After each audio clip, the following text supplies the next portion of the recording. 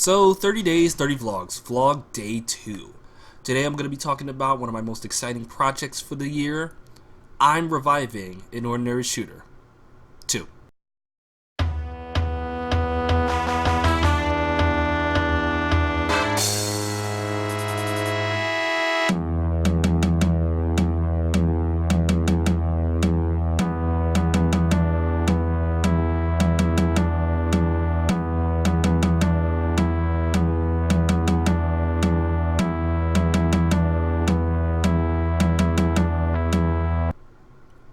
I guess a little bit of background is needed on this. First, what the heck is An Ordinary Shooter?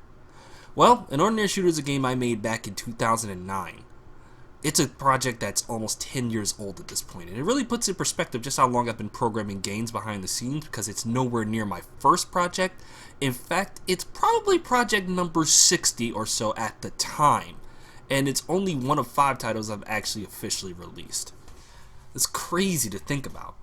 However, I love this project. It was my first sincere attempt at making a fun game that was a callback to my love of arcade shooter games, and the result from this venture was actually quite positive. In short, this was the game that put me on the map and got me into the indie conversation among my peers. I wasn't regarded as the next Tim Schafer, but at least I was regarded. It got me my first 1,000 plays on GameJolt. It was put on websites that I didn't even put it on. It even got a quick review spot on jaysgames.com. So with all that going for me, it's a no-brainer to keep that train rolling and try to one-up and improve on that concept. And I did so a few years later with An Ordinary Shooter 2. I took the initial concept of An Ordinary Shooter 1, built upon the foundation, and made a more fun and refined experience with pretty much everything that people liked about the first and fixing what I felt didn't work. Weirdly, this is where it all hit a wall. Yeah. An Ordinary Shooter 2 just didn't land. It landed with a thud. I honestly expected better results. Disappointing. It was a big disappointment.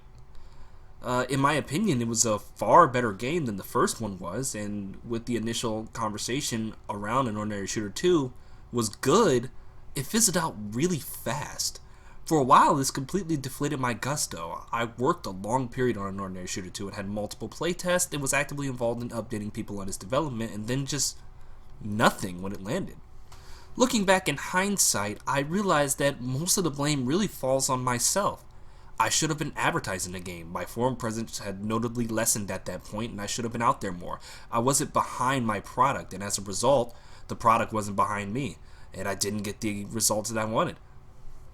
Well, since reboots are kind of the thing right now, I kind of want to do my own reboot. An Ordinary Shooter 2 is a game I feel deserves one more go, but this time it's a rework from the ground up. I'm going to be using my years that I've been reflecting on it and observing the indie landscape, and also my years of practicing while I've been away to sharpen the experience, and hopefully we get a better result this time.